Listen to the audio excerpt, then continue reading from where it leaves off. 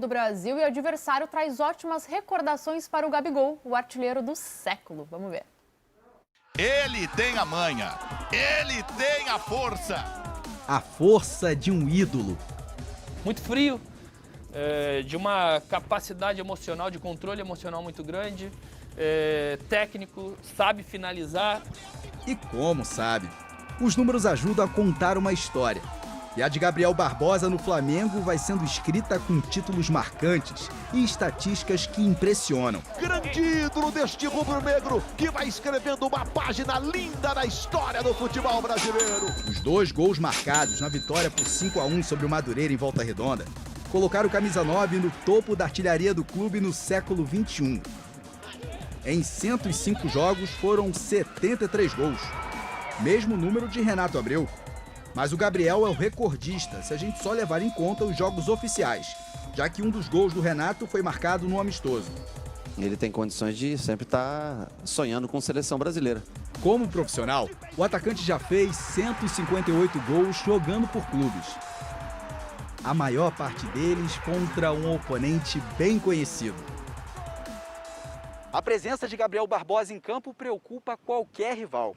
Só que o Palmeiras, adversário do Flamengo no próximo domingo na decisão da Supercopa do Brasil, é a maior vítima do artilheiro em toda a carreira profissional. Foram 10 gols. Desses 10, 6 foram marcados pelo Santos e 4 pelo Flamengo. Entrou uma Arrascaeta, Gabriel!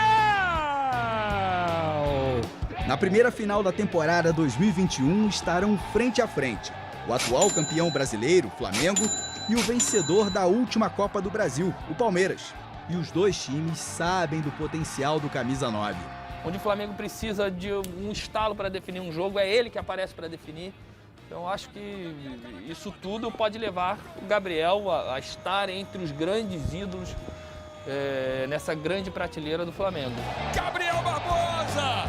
É Gabigol! Jogo que é domingo, 11 da manhã, inclusive com transmissão aqui do Sport TV. E Lofredo, um Gabigol aí que gosta de marcar gol em cima do Palmeiras, 6 gols pelo Santos, 4 pelo Flamengo. É inegável, né? Qual a dúvida que o Gabigol vai dar muito trabalho para o Palmeiras no próximo domingo? Eu queria saber qual time que o Gabigol não gosta de fazer gols, né? Claro que o Palmeiras é um adversário que ele deixa muito sua marca, mas é um jogador que não perdoa ninguém. É um jogador com presença diária, com qualidade técnica, bate bem da entrada da área, a cobrança de pênalti dele, aproveitamento muito alto. Na minha opinião, já está na história do Flamengo. Não precisaria de muito mais do que os gols da final da Libertadores, mas ele já fez muito mais, por incrível que pareça. Então é um jogador que está marcado aí na história, como esse time do Flamengo já está marcado, mas está cada vez mais se colocando como um dos maiores times da história do Flamengo, se posicionando na disputa de maior time da história do Flamengo. É claro que falta o quê? Um título mundial para essa equipe poder se equiparar à equipe do Zico, mas já tem um bicampeonato brasileiro e um título de Libertadores, né? Então, para mim, é um time para reinar. Se conseguir manter esses jogadores, principalmente os do meio para frente, que são jogadores de exceção no futebol nacional, é um time para reinar aqui no Brasil. O Gabigol, além de ser o artilheiro do século XXI no Flamengo, Cereto, também é um cara que decide, né? Não sente a pressão, marca gols decisivos em partidas decisivas, como será do próximo domingo. Ele é diferente, né? Ele é acima da média, ele é muito bom jogador, ele tá na prateleira de cima ali. Já é um dos maiores ídolos da história do Flamengo, na primeira prateleira, ao lado do Zico, do Júnior, daquela turma toda lá.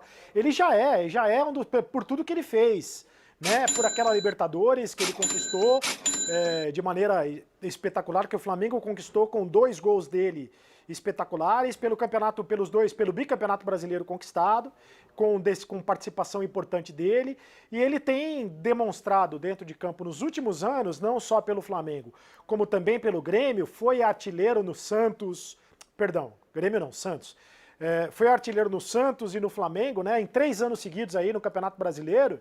Ele tem demonstrado que ele tem que estar na seleção brasileira, não tem conversa. Tem que estar na seleção brasileira, porque nada justifica o Gabriel não estar convocado entre os melhores jogadores da seleção. Nada justifica. Então, ele é um jogador acima... Ele é um cara diferente, sabe? Ele faz acontecer. Ele é o cara. Esquece as bobagens fora de campo. Fora de campo tem feito bobagens, fez recentemente muita bobagem, mas dentro de campo ele é um cara espetacular. Será que veremos Gabigol na seleção brasileira na Copa do Mundo ano que vem, Lofredo?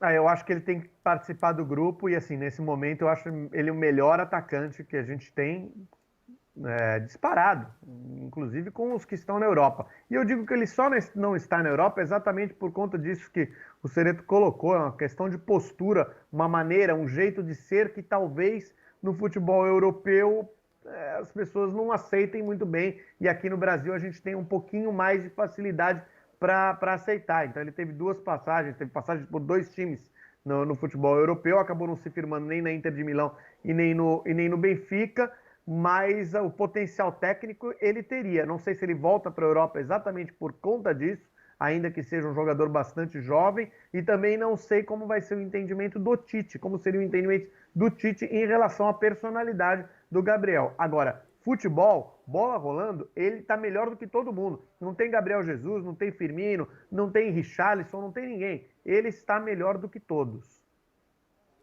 Pois é, vamos ver, né, o que vai acontecer nesses próximos anos. Mas eu vejo o Gabigol ainda retornando para a Europa, um pouco mais maduro. Ele tem 24 anos ainda, é muito jovem. Não é mais, porque é o seguinte, a Europa, ele tem qualidade para jogar lá, não é? Ele tem qualidade para jogar nos principais times da Europa, sem dúvida alguma. Mas os clubes europeus, eles não contratam mais jogador do perfil do Gabigol, eles contratam jogadores mais jovens, né? Com no máximo 22 anos, eles contratam esse jogador. E ele teve esse histórico de uma passagem pela Europa muito rápida, onde ele não fez sucesso, ele não deu certo, primeiro na Inter de Milão, né, depois do futebol português no Benfica, não é isso? E não deu certo. Falava-se à época, inclusive, que ele não gostava de ficar no banco de reservas na Inter de Milão. Recentemente ele ficou no banco de reservas no Flamengo e também fez biquinho. Né? Uma coisa é fazer biquinho aqui no futebol brasileiro, outra coisa é fazer biquinho lá na Itália, lá em Portugal. Lá o pessoal não aceita muito esse tipo de coisa. Então a cultura é outra, a cultura é diferente e o brasileiro geralmente tem dificuldade de se adaptar a determinadas regras lá do futebol europeu. De qualquer maneira, potencial ele tem sim para jogar nos principais grandes da Europa e nos grandes times do futebol brasileiro, então nem se fala.